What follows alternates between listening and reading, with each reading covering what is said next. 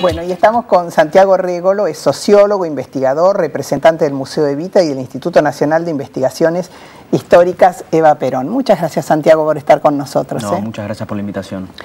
Y decíamos que esta mujer, que lo primero que cada vez que yo la pienso, digo, pensar que cuando partió tenía 33 años, que era tan jovencita y que ha marcado con una impronta tan fuerte lo que una mujer decidida a hacer puede hacer, ¿no es cierto? Exactamente. El Museo Evita era un hogar de tránsito. Tal vez esto nos sirva como emblema y como disparador de este diálogo. Esto significaba que aquellos que no tenían nada y necesitaban estar en un lugar podían estar ahí, ¿no es cierto?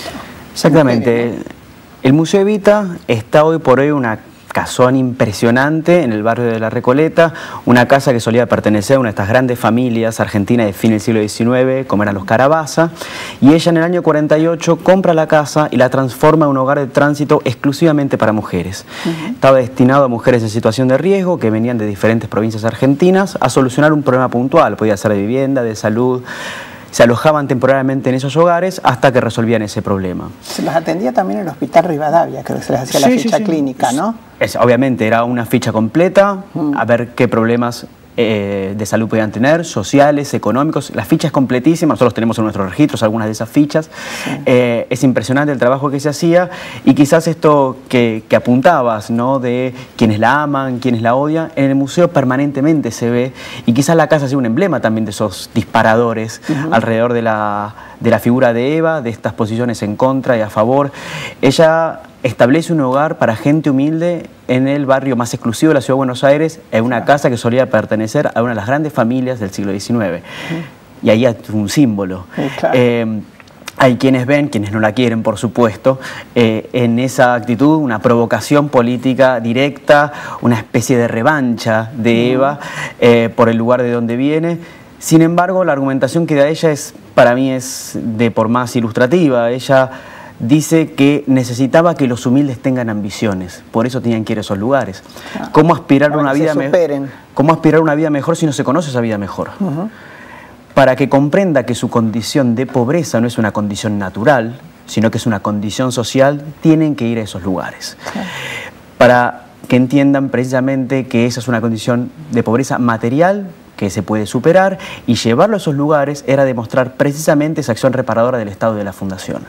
Santiago, cuando uno piensa en ella, y vos me comentabas antes de comenzar el programa que tal vez una de las cosas que más te ha impactado han sido los testimonios de aquellos que la han sobrevivido y que de pronto van a recordarla, bueno, en un aniversario tan triste como el de su muerte, pero van a Recoleta, o tu trabajo de investigación te ha llevado a contactarte. ¿Cuáles han sido los que más te han impactado?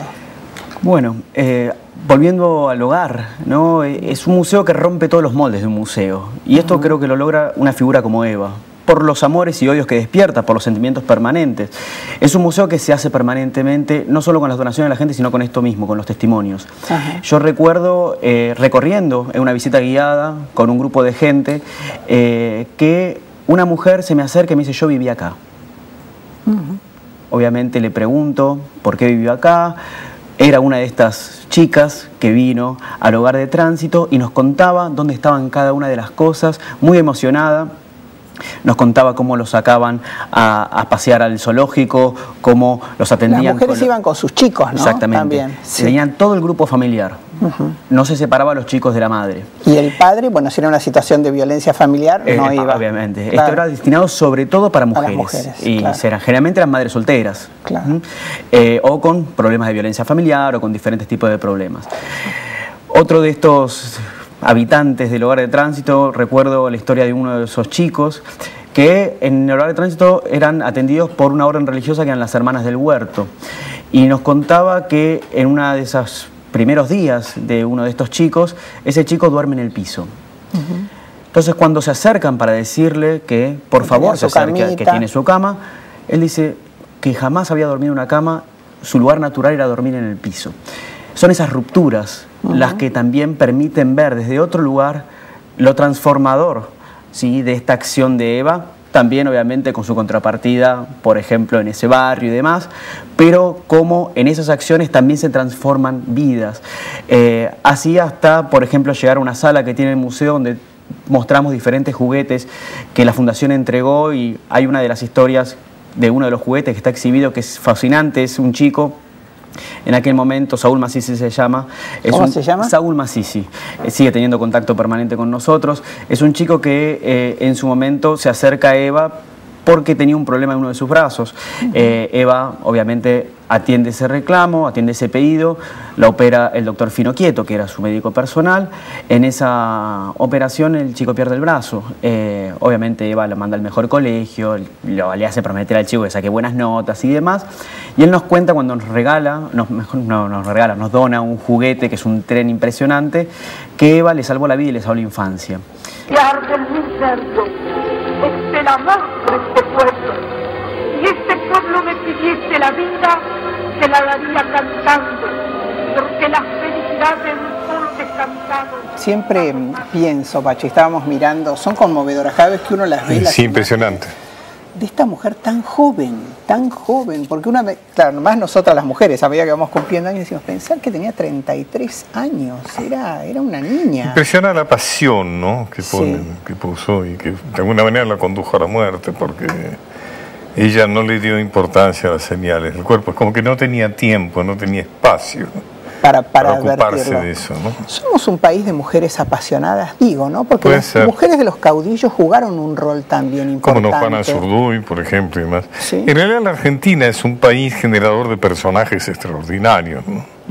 Como el Che Guevara, Evita, Fangio, San Martín es un personaje extraordinario. Personajes muy Messi, fuertes. te diría, ¿no? Es como todo, somos un país colectivamente un poco amorfo, pero capaces. Es como un lugar donde se generan personajes realmente apasionantes. Yo te preguntaba lo de las mujeres, porque vos muy bien lo mencionabas, Juana Zurduy, la mujer de Pancho Ramírez, yo ¿cómo no? La Delfina. La Delfina. La Macacha Güemes. Exactamente. Inclusive Mariquita Sánchez de Thompson. Así es. Mucho más allá de haber prestado el piano, fue un personaje extraordinario.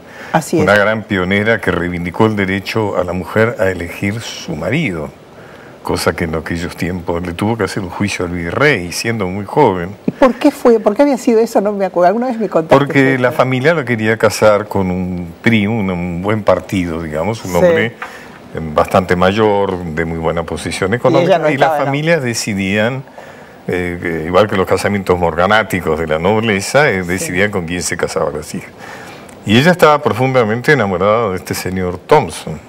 Y dijo, con este me quiero casar. Y entonces le dijo, yo me voy a casar con este, yo reivindico mi derecho de casarme con la persona a la cual amo.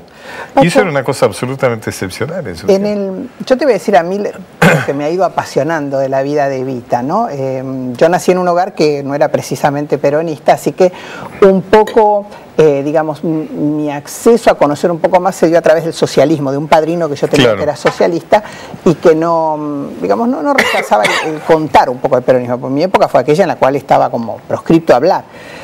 A mí me enamoró de esta historia el amor de Perón hacia ella, porque yo decía, ¿qué habrá visto? Es decir, hoy sabemos todos qué vio, pero en aquella mujer en donde un oficial del ejército, bueno, era bravo, ¿no? Era bravo, era prácticamente prohibido. Claro, con una actriz además. Que un militar de alto rango se enamorara y se casara con una persona que no era socialmente expectable, ¿no es cierto? Como una actriz y no de las más notorias. Ella estaba empezando ni su de las carrera. más jerarquizadas. Claro.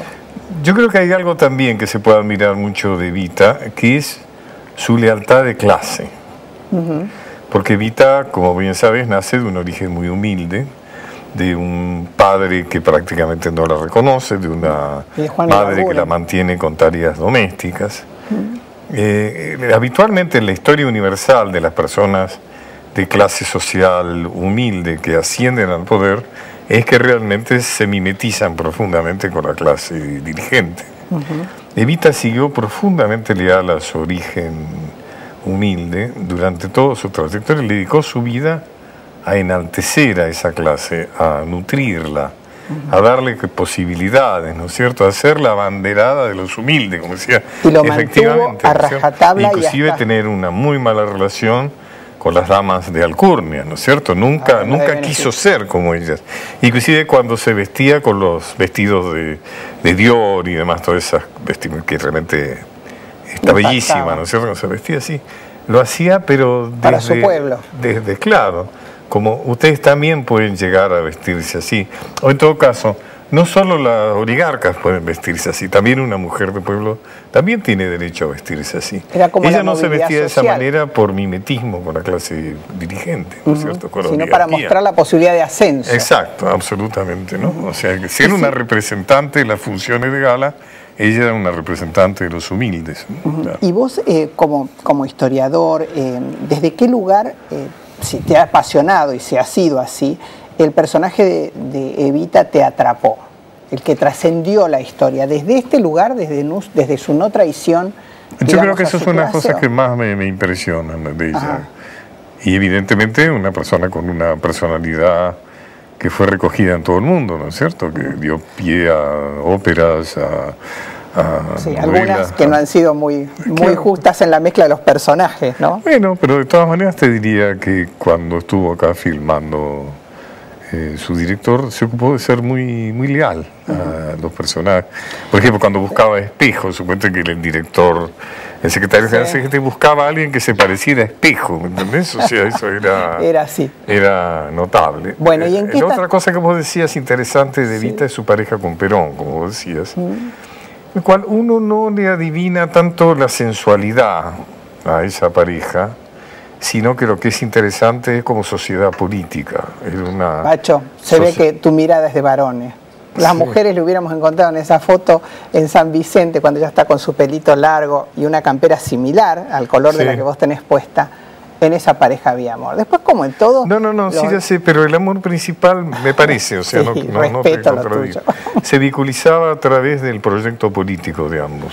Sí. Recién escuchábamos que decía, lo único que tengo es el amor a Perón, ¿no es cierto? O sea, no era poco. Yo creo que es ridículo, ¿viste? Esos que pretenden separar a Evita de Perón y hacen un evitismo que supuestamente Evita era más revolucionaria que Perón. Eran una sociedad política perfecta. ¿Qué me estás dando? Te estoy dando un minuto porque se nos acaba el tiempo, estamos con menos tiempo, campañas electorales por medio.